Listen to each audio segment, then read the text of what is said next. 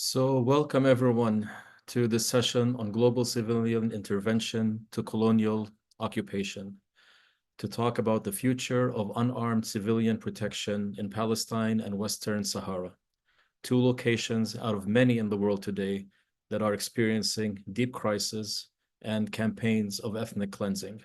My name is Sami Awad. I am joining you from Bethlehem, Palestine, and serve as co-director to Nonviolence International with Michael Beer. To share a little bit, Nonviolence International is a backbone organization for the global nonviolent community. We provide fiscal sponsorship and training, and we spread knowledge and stories of nonviolent movements that give all of us hope in difficult times. In short, we, with you, are reshaping what we view as possible. I'm so happy to see so many different faces from around the world who are showing an interest in nonviolence and in Palestine and in Western Sahara. Tonight, we have 6 wonderful, and I would even say powerful speakers who are leaders in the field that we are talking about. Our webinar will last about 75 minutes, and a recording will be made available on our Nonviolence YouTube channel and our website. I would like to start immediately jumping into it with my dear friend and mentor, Mel Duncan. Mel is the co-founder of the Nonviolence Peace Force and is a world leader in unarmed civilian protection and the initiator of the Unarmed Civilian Protection in Palestine project. I just want to share that I'm not going to read the whole bio of every speaker. That will take all the time, but every time I mention a speaker, their bio will be available in the chat for you to read, as well as links to the different organizations and networks that they represent. So I invite you just to open all the tabs of all the links and then take your time to view them later. Emil,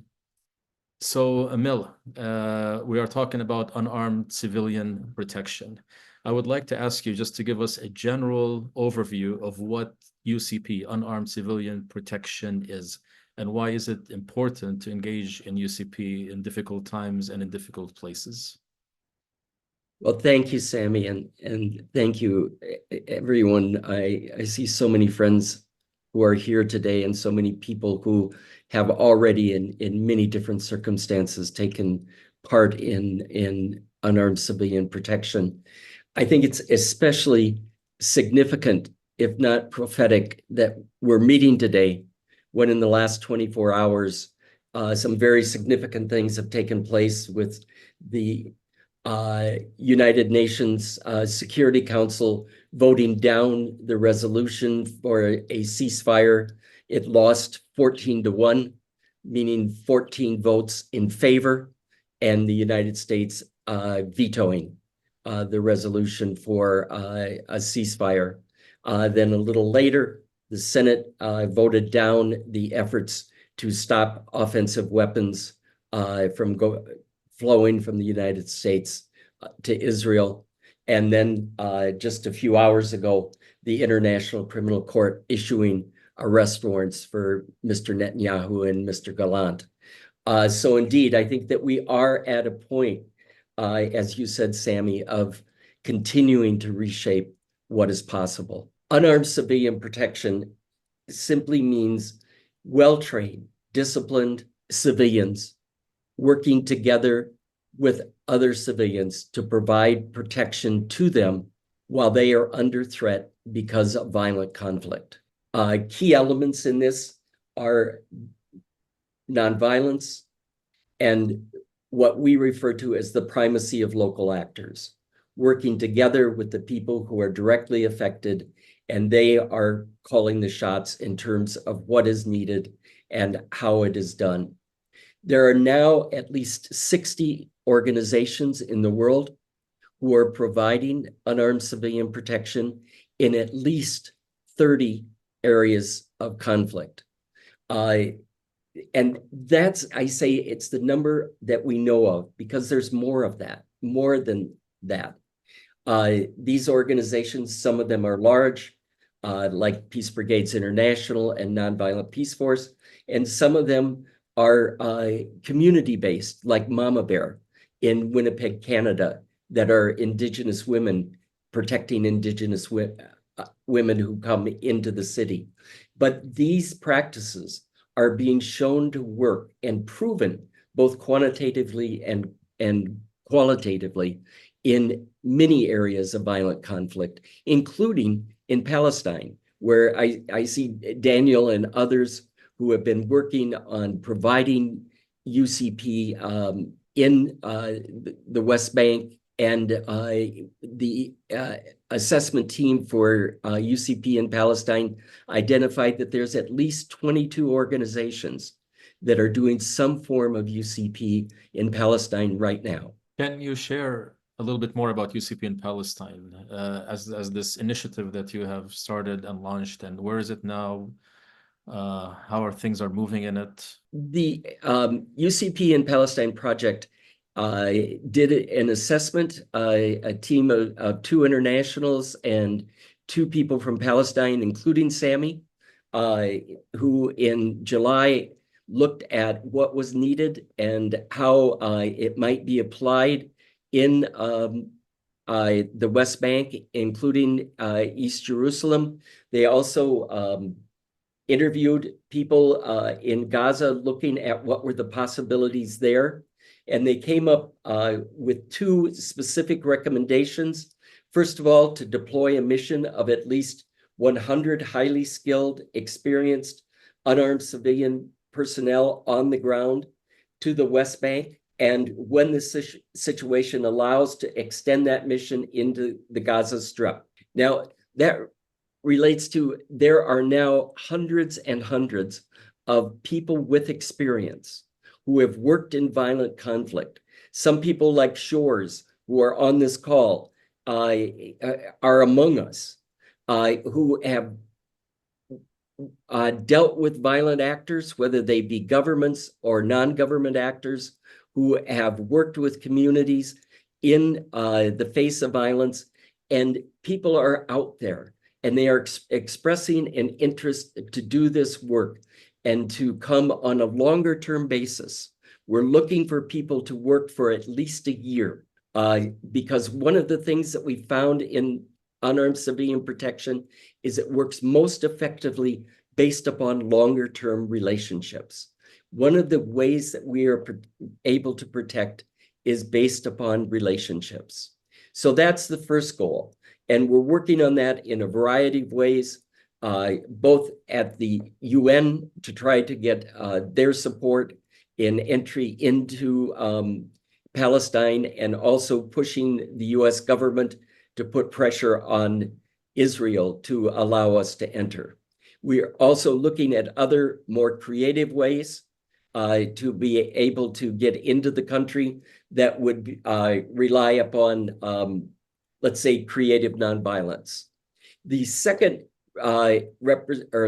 recommendation that came from the assessment team was to provide support to existing UCP organizations that are presently working there to enhance their effectiveness.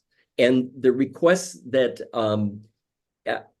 the team heard most often were enhanced training, support around trauma issues, and some kind of platform for coordination. And so that particular recommendation is being implemented right now. We have a person who is working now, who is from the West Bank, who is starting to meet with groups and to discover what kind of training is required, what people are wanting. And they are then working with a team of people from a variety of unarmed civilian protection groups who are pooling their training materials and then trying to tailor it to what people are asking for. Great, thank you, Mel. We'll get back to you with questions towards the end, I'm sure. And next, I want to invite my dear brother and colleague in activism, Mahmoud Zawahiri. Mahmoud Zawahiri is a Palestinian nonviolent activist, a farmer, and an academic, and one of the co-founders of the Popular Struggle Coordinating Committee. Mahmoud and I have been beaten up and detained by Israeli army and settlers many, many times throughout our joint activist work and resistance. So good to see you, Mahmoud.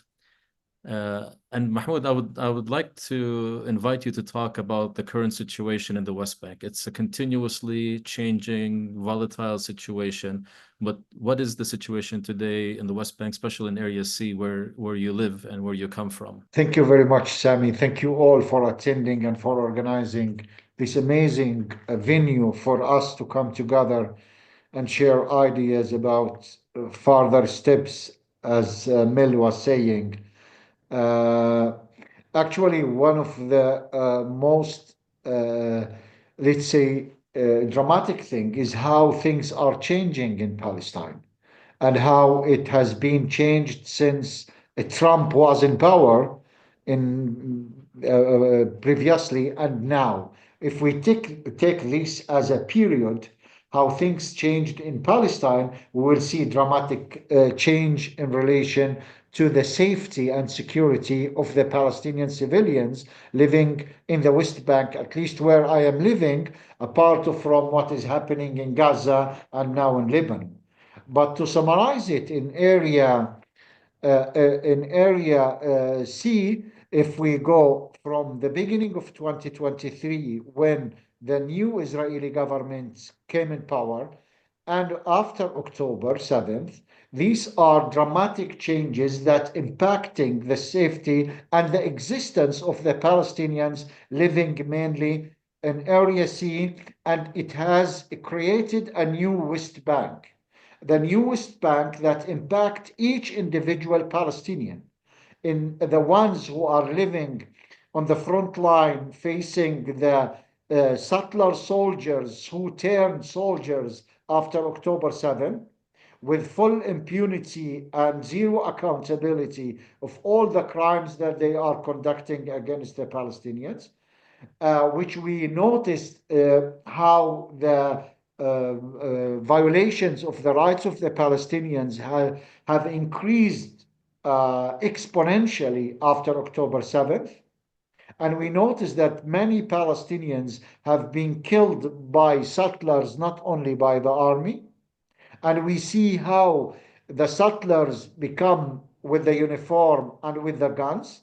And in this way, when we connect that with the UCP issue, how the space of UCPs has shrinked after October 7, and we found ourselves alone on the ground, and we noticed that the access and movement in the West Bank has limited to the point now we are unable to move, we are unable to reach our fields, we are unable to graze our sheep, we are unable to do anything. And while the settlers are moving freely and kicking Palestinians, driving them out from their communities, in which more than 18 Palestinian communities have been displaced, forcibly displaced, and the policy of ethnic cleansing of Palestinians from Area C has become overt to everyone. So October 7th showed what are the hidden agendas of the Israeli government in the West Bank. And I am telling you that the outcome of the new Middle East will be concentrated on the hills of the West Bank, in a way that the highest price will be paid in the West Bank, because settlers are openly calling, and when I am talking about settlers, we are talking about the people who are in power in Israel, like Ben Gvir and Smotrich, who are the main pillars of the Netanyahu government, who are openly calling us to leave the West Bank, who are openly drawing the maps for us, the distance from Ramallah to Amman, the distance from Hebron to the city against it in Jordan, so that smoothly move. We will offer you the passes, just leave the country. That's what they want from us. So they draw the map on the ground, and now it is the golden opportunity after Trump become the president of the US, in a way that there will be no eviction of settlers. So there's a new West Bank. So to summarize, the new geography and the new policies in the West Bank, it created a de facto that impacted the Palestinians fully and have zero impact on the settlers in relation to their movements and so on. We are talking about more than 700 gates and checkpoints in which Palestinians are living in these concentration areas, that we are under curfew when settlers are moving on the highways. And also, but there is the resilience of the Palestinians and the sumud of the Palestinians in front of that. And we saw that there is a very huge willing and motivation for international youth to come to Palestine as UCP. They brought a model that we can bring to international nonviolence and the coalition of the UCP, in a way how we are going to prepare these people who are willing and motivated to come to Palestine for their protective presence with the Palestinians, in a way that they will have a constructive presence and inhibit the settler attacks and the army attacks. This is there is a huge motivation, especially in the last campaign that we are organizing, Defend Palestine Faz'a, in which we received more than 200 volunteers so far, and one of them were shot. She was volunteering with ISM, Aishin, that was shot and killed by an Israeli sniper while she was just standing under the olive tree. This action reminds us with the flotilla in the sea, when the Israelis killed 10 volunteers coming there, that does not demotivate people. In contrary, it mobilized more and more people to come to Palestine. The context is important, that must be taken into consideration in this case. The challenges UCP are facing in order to come to Palestine is very crucial. The number of UCP volunteers is crucial in order to enhance the protection of the Palestinian civilians.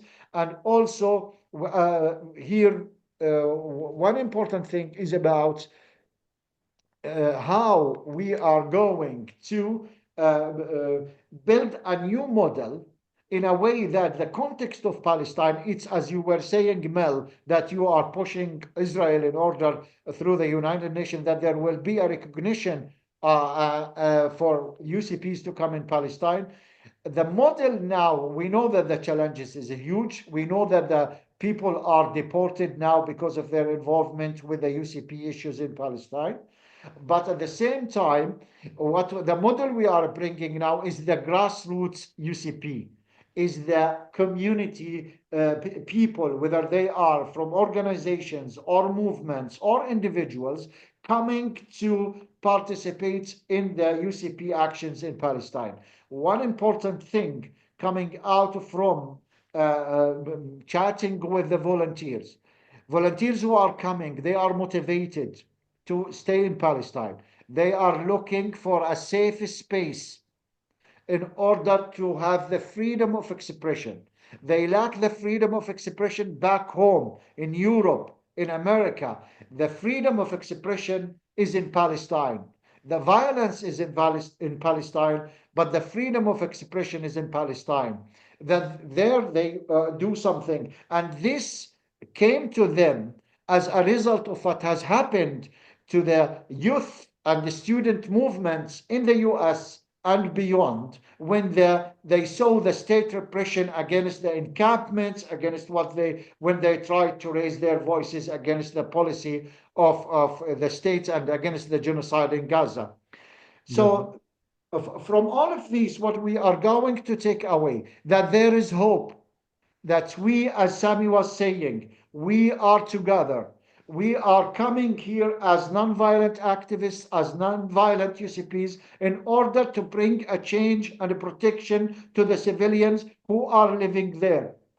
I am conducting a research about unarmed civil protection, and there will be a book with open access coming soon in next year. And it's all coming about our daily life with the Palestinians. The message from the Palestinian communities that are on the front line of defending the land in Area C is, please do not leave us alone. We know that you are here not to conduct any violence. We are here as a human together. When you are with us, we are stronger.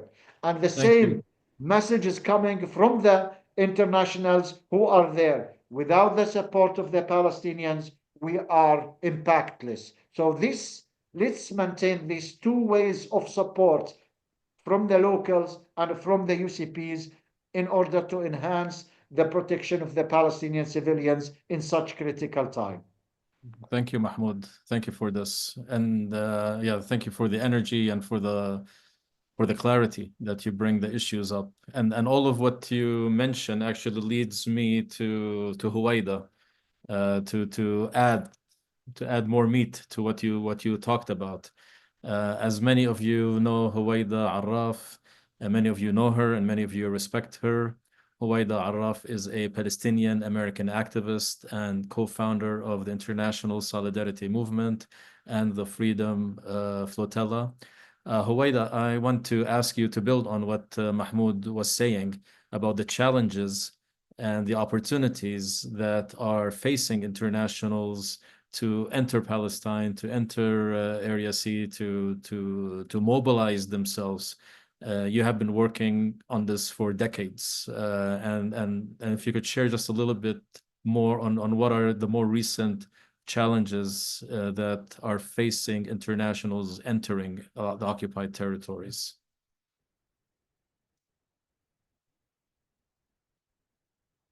Huwaida?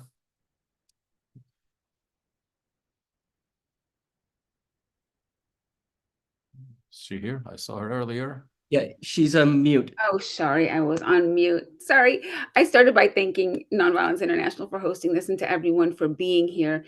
And I wanted to actually start with a grim realization for me. You know, when we started the International Solidarity Movement back in 2001, it was based on this idea that having internationals join Palestinians in their protests, in their popular resistance, can help lessen the lethal force used against Palestinians, because Israel did not want to really kill internationals, whereas there's no accountability. They don't care, unfortunately, about killing Palestinians.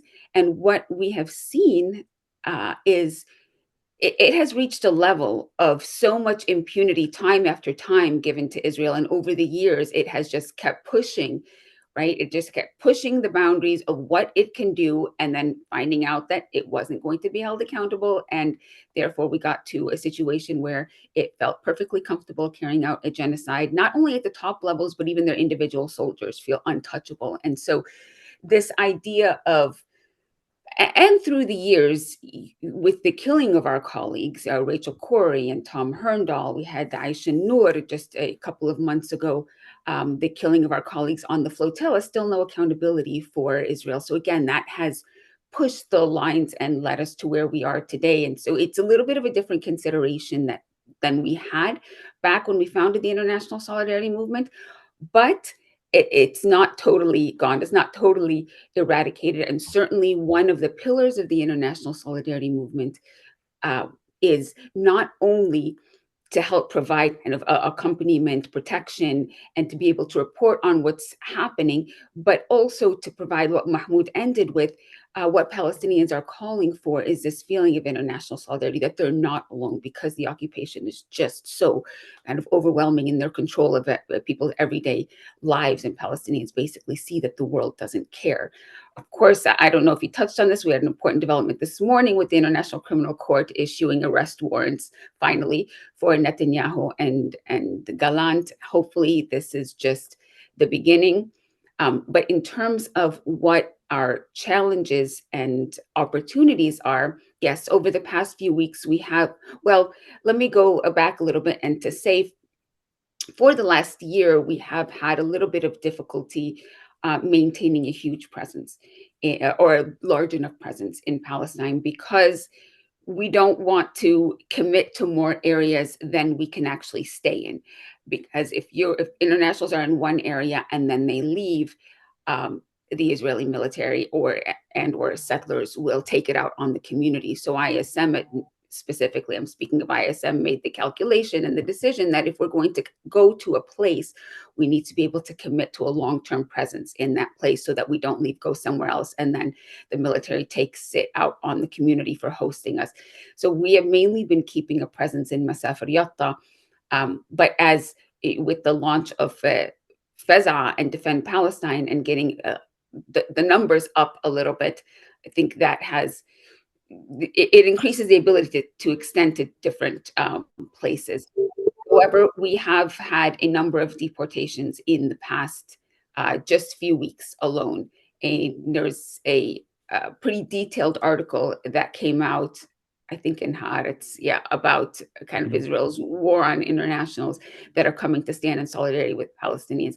We don't give in to that. We can't give in to that. There are still ways to get in. Actually, a longtime activist just got in last week, and so it still is possible. It still is very much needed.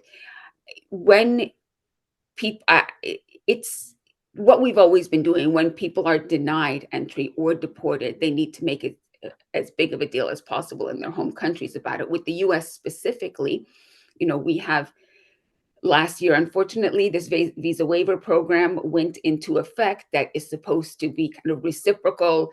The U.S. allows Israel to come in without a visa and expect certain treatment, and American citizens should be able to expect the same kind of treatment in Israel.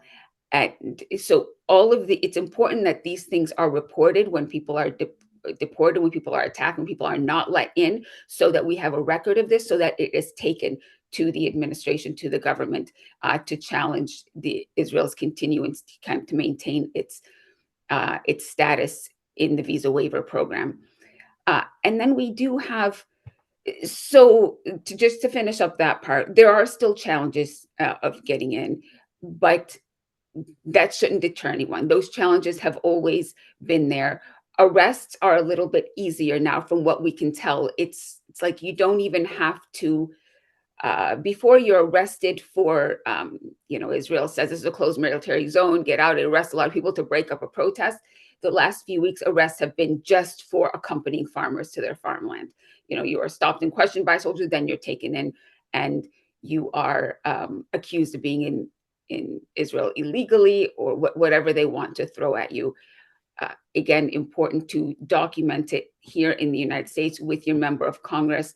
You can let me know specifically because I am collecting this and sharing with the attorneys who are challenging the visa waiver program, as well as the Palestinian advocacy organizations here. And advocacy hasn't been easy over the past year, as I think Mahmoud mentioned. Unfortunately, there has been crackdown, as there's always been, but increasing. We have Palestine Legal in the United States, which is an organization that defends people who are persecuted or face repercussions for standing up for Palestinian human rights. And usually they get a couple hundred cases a year. Over the past, since October 7th, they're about at 2,500 cases of people of organizations that have been shut down, people who have lost opportunity, lost jobs, been disciplined by their schools, etc. And it probably is only going to get worse with Trump, the new administration coming in. Again, you're faced with hardships, but you don't have we don't have another choice. I mean, giving up is giving in to this injustice, which we won't do. So I'm sure many of you are involved in organizations that are thinking about now, how do we prepare to defend each other and protect each other and make sure that we can continue advocating for Palestine, even with this new administration that's coming in. We have still Palestine Legal, which is overwhelmed, but you also have hundreds and hundreds of attorneys around the country that have volunteered their services to also represent people. So we're not going to give up that fight. Please don't let that deter you. And the more Israel kind of uses these threats of, not just Israel, obviously, Zionists, of anti-Semitism, it loses kind of all value. And I have seen more and more people questioning that, which is also a good thing. It all contributes to the education. And one of the biggest things I think I would encourage people to continue doing is taking the information that we gather in Palestine. And internationals, if I didn't mention it, are important, of course, for the morale of the people, of course, to try to protective accompaniment and to document. And that documentation is really important. You take it back to the United States or wherever you're from to help you advocate, but also we see different attorneys in various countries, including here in the United States, trying to use a lot of that information to pursue different legal challenges to what Israel is doing. And so we need also that documentation. And what can I say except that we keep going.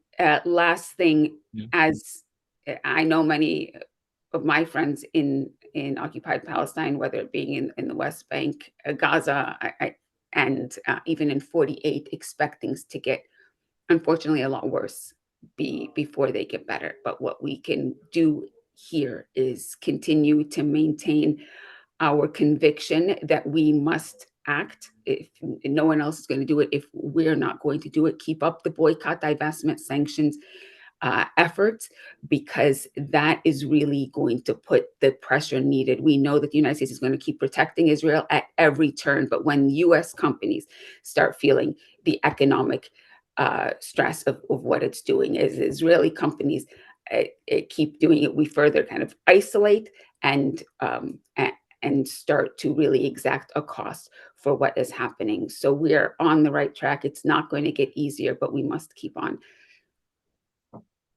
Thank you, Huwaida.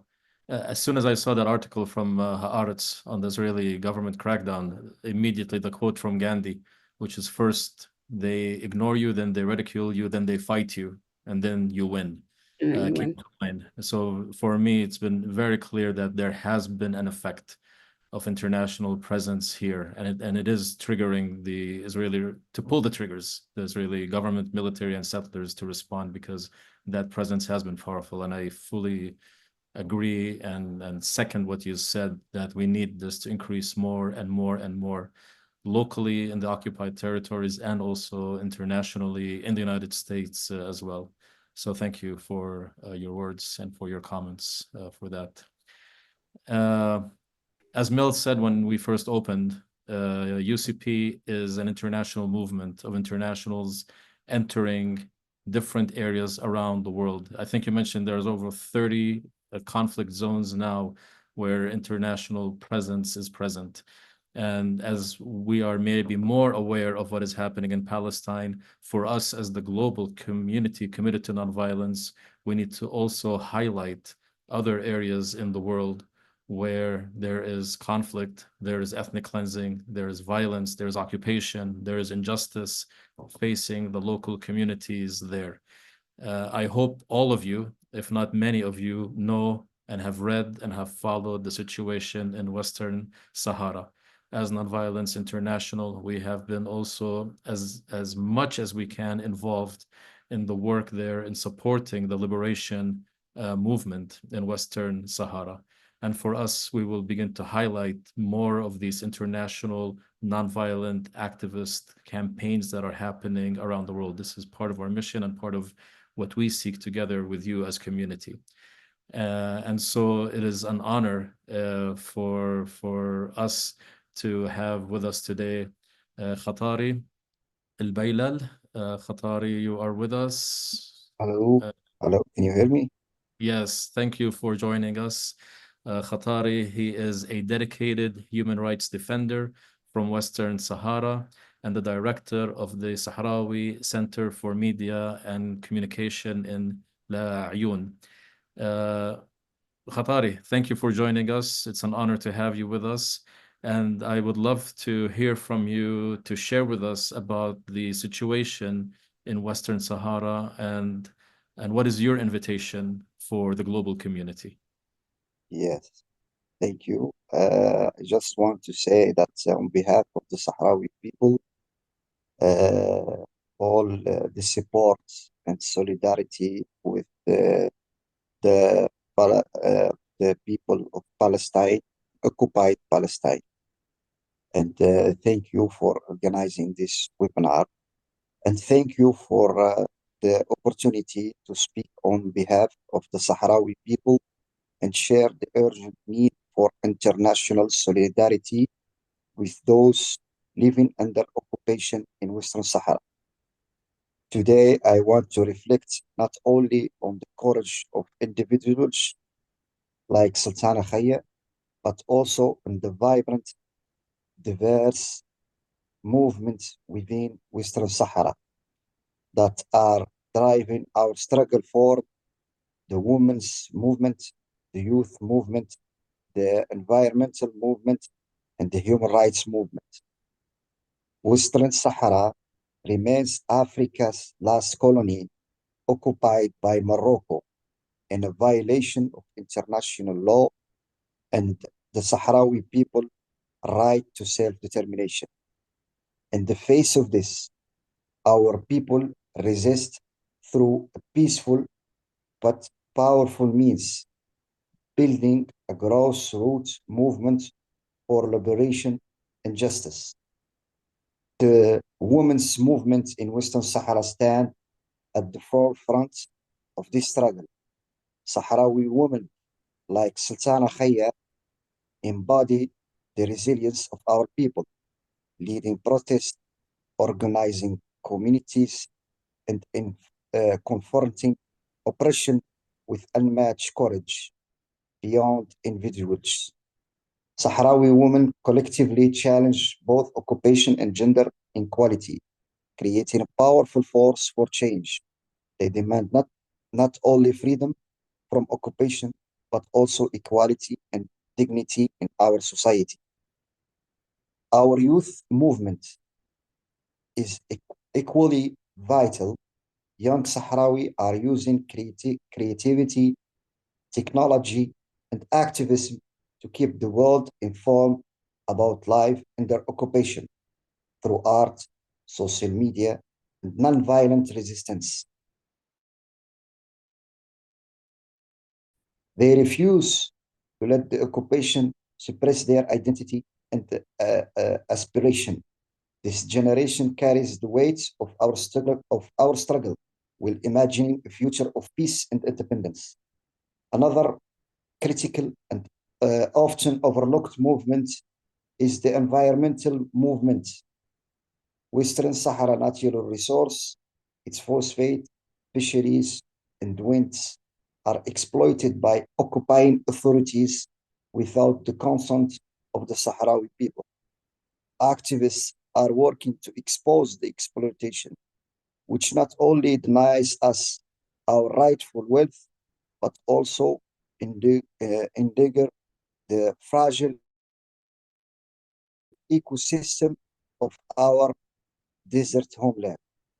Their efforts remind us that the struggle for self-determination is also a fight for environmental justice. Finally, the human rights movement continues to document and resist the systematic abuses faced by Sahrawis. Arbitrary arrest, enforced disappearance, torture, and silencing of activists are daily realities in occupied Western Sahara.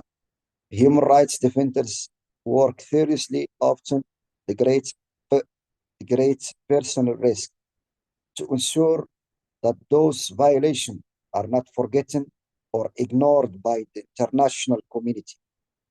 Each of those movements, women's, youth, environmentals, and human rights, represent a pillar of our resistance. They share a common goal, a free and justice Western Sahara, where the Sahrawi people can live with dignity, but their effort cannot succeed in isolation. This is where international solidarity becomes critical. By standing with us, you amplify our voices and shield us from the suppression that seek to silence us, when activists, journalists, and organizations engage with those movements, whether by visiting the occupied territories, sharing our stories, or advocating on the global stage. They help sustain our resistance and build momentum for change. Sultana Khaya's stories, while extraordinary, is not unique. It is a part of a broader tapestry of resilience woven by Sahrawi women, youth, and veterans, and the human rights defenders. Each third of this tapestry needs your attention and support. Today, I ask all of you to stand with those movements. Let your solidarity be a bridge that connects us, a force that strengthens our resolve, and the beacon of hope for justice and freedom. Together, we can ensure that the struggle of the Sahrawi people are not in a vain, and that the movement of liberation and justice in Western Sahara continue to thrive. And thank you sincerely. I need a second to take this in. Thank you. Yeah. Thank you so much, Khatari, for your words, for your clarity, for the call, for the invitation. And we stand with you in full solidarity. The Palestinian flag and the Sahrawi flag are the same, as you know. Yeah. So Yes, we are in this. And Yeah. I just want to mention to everyone here, as you could see, there is a link that is available if you are interested in learning more and supporting the programs of Khatari in Western Sahara. Please open the link, put it in your tab, and after we finish the webinar, take a minute to fill the information so we could also begin to create momentum around this occupied territories that has been struggling for liberation for decades as well. The same situation in Palestine. So thank you for your words. Thank you, brother. And then connected with international solidarity and activism in Western Sahara is our dear friend Wind Kaufman. She is president of Karama Sahara and a longtime activist actually in both Palestine and Western Sahara. And Wind, I would like to invite you to share about your experiences, maybe more in Western Sahara, but also about your time in Palestine. And how do you see the role of international activism and solidarity in Western Sahara and the different programs that you are initiating and involved in? Thank you for joining us. Thank you for having me.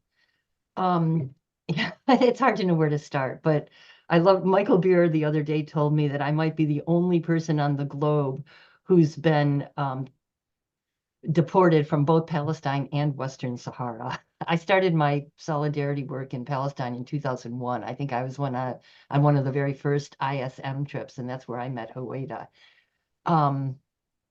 You know, you say I'm a longtime activist in Palestine and Western Sahara. Actually, I had never heard of Western Sahara until about maybe 4 years ago. And I think that that's the problem with a lot of people. I mean, even people I know that are very involved in Palestine and internationalism, I talk about Western Sahara, they don't know what's going on.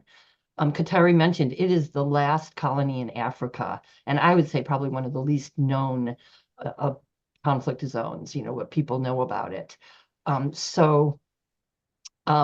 there's a few other things I want to mention about it. It is the best place on Earth for stargazing because it has the least light pollution. It has the longest wall occupying wall after the Great Wall of China in the whole world. It's got the longest conveyor belt in the world that steals their phosphates that was built by Morocco. And it is the most densely landmined place on Earth. So there's a lot of interesting, striking facts about Western Sahara. It's one of the 3 places in the world where the principle of acquiring territory by force is being violated, because Morocco, following in the footsteps of settler colonialism, claims to annex Western Sahara and is imposing a brutal occupation with egregious human rights violations.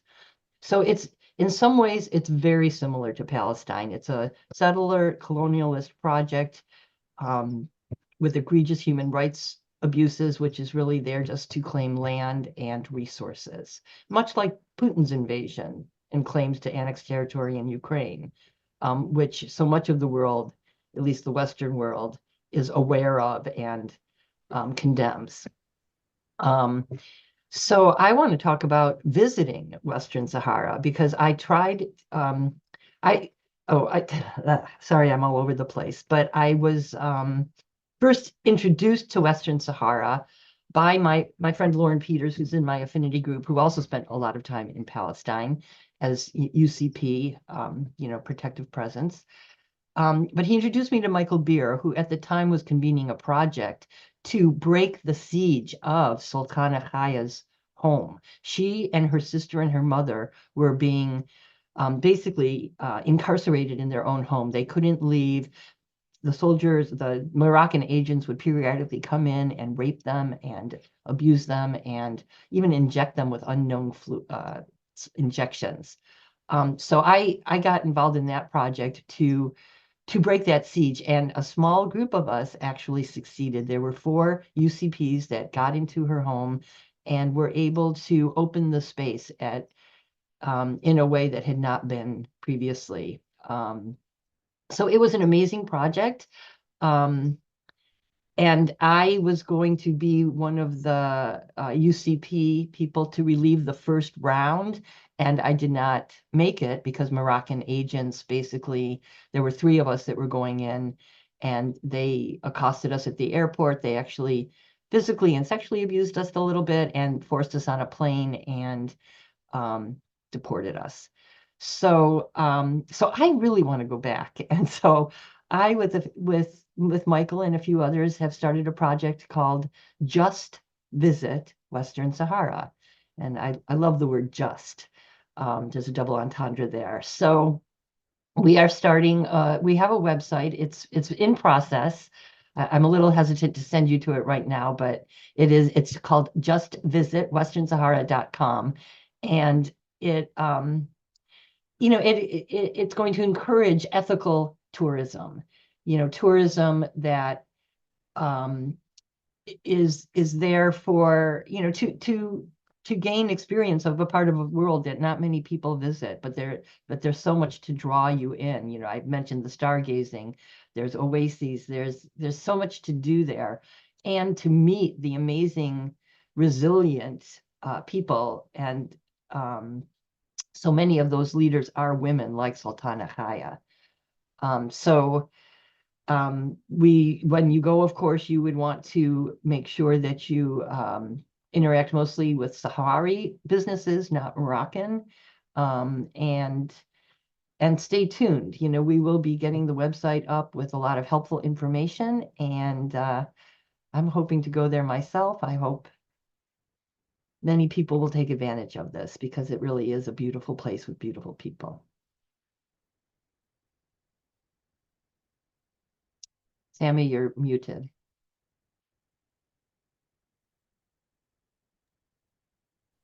Yeah, thank you, Wen, for these words. And I'll just say again that the form that you could fill up will be able to connect you and send you the website when it's ready, when it's done. And we want to really encourage this. And this goes back to the point that Mel was saying earlier. UCP comes in many shapes and forms. There is the direct action, there is solidarity, there is accompaniment, and there's just being there, visiting and supporting the local community, having this, what you called ethical tourism, is very important. When do you think you'll launch the first group, the first trip to Western Sahara with this program? Good question. When do you hope, at least when you hope to do it? We haven't talked about timelines. We've really just reconvened the project again after some hiatus. After October 7th, many of us were just focused on what was going on in Palestine. But hopefully within the next couple months. That's great. That's all Well, I can say. good. Thank you. Yeah. So again, encourage people to register, so we could be in touch with you on this issue. Thank you. Thank you. Our final guest speaker for today, Daniel Roth. He is the executive director of the Center for Jewish Nonviolence. And Daniel, you've had several delegations just in the last few months come to Palestine. And I just want to ask you if you could also share, again, to bring all of this into like a closing, challenges, opportunities, being part of the Jewish community as well. What does it mean? What does it feel that now you are facing also backlash in your presence here from the Israeli government, settlers, and so on? So if you could, yeah, join us and share a little bit on that. Absolutely. And just tell me if you can't hear me. You're good. Hi, as mentioned, I'm Daniel with the Center for Jewish Nonviolence. And also, first of all, thank you, Nonviolence International, for organizing this space for all of us to listen and learn together. And thanks for supporting CJNV for so many years. Maybe I'll explain a little bit about what CJNV is, and as part of that, try to answer some of those questions. I've been an activist for most of my life. I'm in Toronto right now, but I've been based in Israel, Palestine for a decade and a half doing this work. In brief, the Center for Jewish Nonviolence brings Jewish activists from around the world to join in Palestinian-led co-resistance on the ground in Israel, Palestine, primarily in the West Bank. And we've been doing this work for about 10 years. It all started with a question. Ilana Sumka, who started the Center for Jewish Nonviolence, asked a longtime friend and partner, a Palestinian farmer in the Bethlehem area, who had more than 1,000 fruit trees cut down by the Israeli army. Ilana asked, how can we help? And the answer was, let's organize a group of Jewish activists to come replant these trees with me. Dawood, that farmer, saw the power in that kind of co-resistance. And so our work over all of these years has been rooted in that core question, how can we help, ever since. So the way this looks, we organize in a few different ways on the ground. Just a few weeks ago, as Sami mentioned, we had about a dozen activists in the village of Borin in the north of the West Bank for about 3 weeks joining in the olive harvest there. Our partnership in that community is relatively new. And we were harvesting with farmers from Borin and from that whole area. And the single worst settler attack I personally was in or experienced was in that village or near that village, an attack from an outpost sitting on a hilltop above Borin. And so we were really ready for heavy violence, but it was actually more quiet than usual in the fields. There were army raids, settlers stealing olives and attacking, as they often do, but we were actually able to, that was happening in the village and around the village, we were actually able to harvest an enormous amount of olives over long days in those groves with the families, and also form some really tight bonds over those 3 weeks. So that's one major project. Two, since 2021, we've been organizing a 3-month presence during the shepherding season in Masafra Yatta, so the South Hebron Hills of the West Bank. Usually a little under 10 activists gather and live in 3 villages in that area and accompany shepherds and document and deter violence and home demolitions, and also become a part of the vibrant activist network in that area. You've already mentioned Masafra Yatta. You've heard it mentioned already here, and there is really a vibrant network there of people doing this kind of work. Our longest term partnerships are in that area, and the sustained solidarity presence that we've been a part of there is, in my humble opinion, really beautiful. And an example of what co-resistance looks like. There's deep, deep friendships and partnerships. This is a project we call Hinenu, which means we are here in Hebrew. And then most often over our decade of existence, we've been running delegations just about every year for anywhere between 40 and 130 people to arrive as part for a shorter period that's always rooted in direct action, whether it's replanting trees, reclaiming land, reopening a road that settlers shut down with boulders, or in 2023, shutting down a highway from the West Bank into Jerusalem so that we slowed down Jerusalem Day, which is this massive fascist march that marches through the city annually. Throughout all of this, we're also trying to move resources to support those partner communities. We're currently raising funds for an agricultural cooperative that we've been working with in the village of Borin. And we're also importantly, I think, supporting our community of alumni and partners around the world. So we're trying to organize spaces like this to learn together and stay connected to the movement community, stay connected to movement groups wherever our people are around the world, so we can help people get connected to those movement spaces so they can tell their stories around the world, but also continue the work wherever they are. And also, I think we may have an example of this on this call, actually, but we invite activists who join us in our on-the-ground work to lead future work on the ground. And we're really trying to foster leadership in that way. Someone was on the call, or may still be, who was part of that Hinenu project in the spring. So for 3 months in Masafer Yatta, who came and led the Olive Harvest Project just a few weeks ago. In all of our work, we're aiming to leverage the Jewish privilege that most of us carry. So we're doing that in the nonviolent co-resistance that we take part in, deterring violence, documenting violence, de-arresting when that's called for, changing hearts and minds in our communities around the world, raising funds, and also leveraging that privilege to get in and out of the country and various spaces. That's one of the ways in which we can sort of take that privilege and use it to help the movement. The last 14 months have been devastating in so many ways. And in the Jewish community in particular, the polarization that already existed has really gone into overdrive.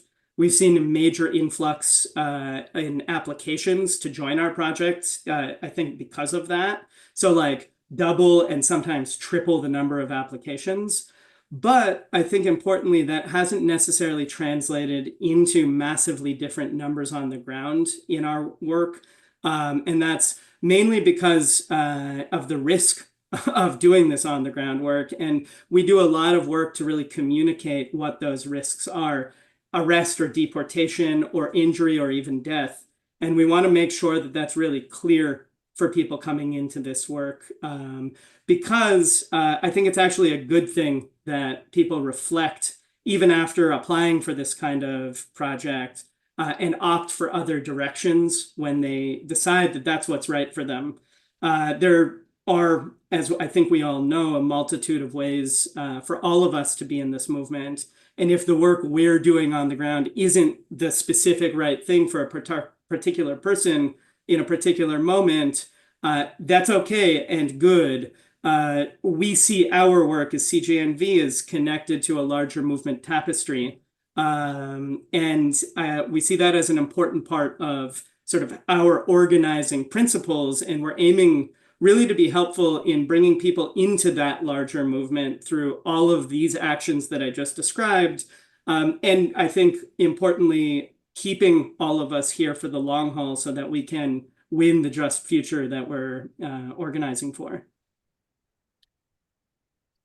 Daniel, thank you. Thank you so much for that summary and for the call as well. I'm going to kind of put our speakers on the spot and just open up the space for them to speak to what was said, to respond to what was said. I don't think we have much time for questions from our audience, but if there are some, we could try to address them. But yeah, if Mil, Mahmoud, Huwaida, Wind, Khatiri, and Daniel, like if you have responses to what was said by others, what are common lines, what are challenges that you've heard, please, I would love to hear from you. I saw Mill write a lot during the session. Yes, I'm a compulsive note taker. One thing that I'd like to add is that we have seen a new form of UCP grow up over the last couple of years, and that's taking place on social media. And I want to be cautious about this because it doesn't replace the work on the ground. It can only augment that work. But I think in terms of the work around El Makur and saving the resisting the settler takeover of the land there, the people on the ground have been able to activate people internationally. So people around the world are seeing in real time the violence that the settlers and the IDF are foisting on the people who are resisting the takeover. And that has had an impact on both reducing violence, and now the settlers are moving things off the land. They just today, for example, moved their caravan off the land. And so this is an important part to integrate into our on-the-ground work, but not to supplant it.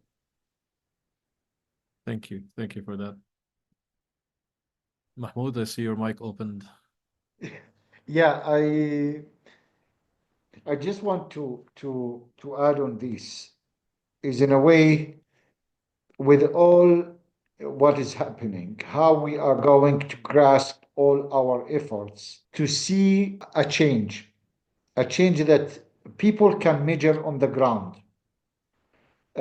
Because that is very important. The more we are on the ground, the more we give hope to the people, the oppressed people generally, whether in Palestine or in Sahara or elsewhere. So we need to think beyond the actions in a way that how we are going to shake the power of the power holders and the decision makers to see a change on the ground. And I can tell you, like, in Palestine, numbers are crucial in order to change that. And CGNV are doing amazing job by sending all these volunteers to join Palestinians on the ground and to bring a model of peace building on the ground and unarmed civil protection to the people. But still we need to think beyond the actions, how we are going to make the change from the actions outside Palestine and inside Palestine. The argument now among volunteers, among activists, among UCPs, is the change coming from inside Palestine or from outside Palestine? So we need to think about that in order to improve the unarmed civil protection on the ground, in order to give kind of hope for people about a better future in such situation that they are living in when it comes to zero accountability and full impunity. Thank you. Thank you. Thank you. And then this is where joint partnership, even not just partnership, being in service to the local community plays a big role, because everything is led by the local communities. They know the situation, they have the vision, and solidarity is with them for what they want to achieve in their area. Thank you. Anyone else? Huwaida. Yes, I have, I think, 3 quick points. The first one is I also wanted to express solidarity with the Sahrawi people. You know, it's Palestine has been kind of overwhelming and what the Palestinian people are living through. But I know that if we weren't a little bit more free, we would be there with you, so that we are there with you in in spirit, and may both of our peoples be free. I wanted to mention a couple things about going to Palestine. So I am with the International Solidarity Movement. The ISM has been working for over 20 years. We have, you can see our website that was posted, palsolidarity.org. And just to know that, you know, there is a training program, there is support and solidarity. And so going with the ISM right now has been a lot of protective accompaniment. It was originally founded to support Palestinian nonviolent direct action. So there was a lot more kind of direct action at dismantling the physical manifestations of Israel's colonialism, whether they be checkpoints and roadblocks or these things. A lot of time now it's protective presence, but it is controlled by the community. So Palestinians on the ground kind of lead the work, and their strategy together, but we are always following, or internationals are always following Palestinian leadership on the ground. There's also another, if you'd rather not, you know, kind of go to engage in this kind of work, there's some other efforts were mentioned here. I just wanted to put out Eyewitness Palestine, another organization that I'm involved in that does great work. So you can look up Eyewitness Palestine if you'd like to go just kind of on a delegation. And going to Palestine, as much as you know, as many films and as much as you read, there's nothing like actually going there. And everyone I've known that has gone there has been just profoundly changed by the experience, not only seeing what you just can't believe is happening in the 21st century and the evil that is manifested in what Israel is doing, but also despite all of that, and despite the fact that everyone you will meet will have not known a day of like freedom in their whole life, they've lived under this extremely oppressive system that intends to wipe them out. There's still an ability of Palestinians to be warm and welcoming and loving and insist on life and share whatever they have, what little they have with you. And that is something that is remarkable to me, and I think touches everybody that ends up going to Palestine.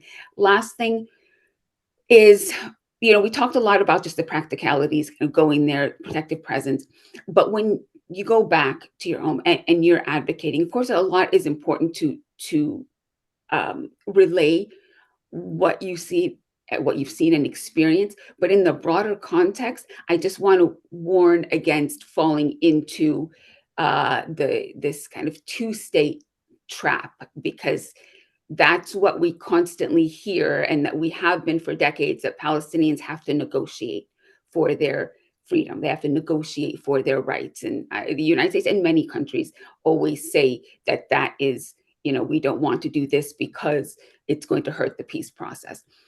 Look, we are, and if you listen to Francesca Albanese and others who are speaking about it and putting what's happening now, the genocide, in the context of settler colonialism, it's been ongoing for 8 decades. And so we want to make sure to put it in that context and not fall into this trap about negotiating a two-state solution. The ICJ quite firmly said, unequivocally in its decision that was issued July 19th of this year, in that Palestinians deserve their rights now. It's not contingent on any kind of negotiations. Oslo peace process has no effect on it, and Palestinian freedom is not contingent on whatever restrictions and conditions that the occupier wants to put on it. So just a note about when you're advocating. Thank you. Thank you, Hoida, for those words. Anyone else before we close? All right. So I just want to point out again, the Google Doc is available for you to fill and to sign in, so you could get more information on the initiatives that are taking place in Western Sahara. And I just want to thank you all for joining us today. Thank you for your commitment to nonviolence. Thank you for the work you're doing as speakers and as listeners in this community gathering. The world is definitely in a crisis, and we need those, as Daniel said, those with privilege to step up and use the force of nonviolence to intervene in occupation, to intervene to stop genocide, to intervene to support human rights, to intervene to even support environmental abuse that continues to take place, and to support local leaders globally. Please get involved in these initiatives. All are important and vital during these times. Finally, I would love to ask you to consider becoming a monthly supporter of Nonviolence International, and to also support our partners such as CJNV, the Freedom Flotilla, ISM, and our CPU in Palestine initiative. All are very important. A recording of this webinar will be posted on our YouTube channel soon, so please follow us there. And also information will be available on Twitter and or X and Facebook. Maybe we need to start boycotting X now. What do you guys think? I think that's something we really should be looking into. Nonviolence International is committed to engaging and promoting the global nonviolent movement, so we will continue such webinars to take place. And at the end, thank you for the staff and volunteers of Nonviolence International for being in the space. Thank you, our speakers again. We wish for all of us to meet in better days, in better places, where we all are able to share together the song of freedom and justice and liberty for all. Thank you for joining us, and have a wonderful remaining of your day. Thank you, everyone.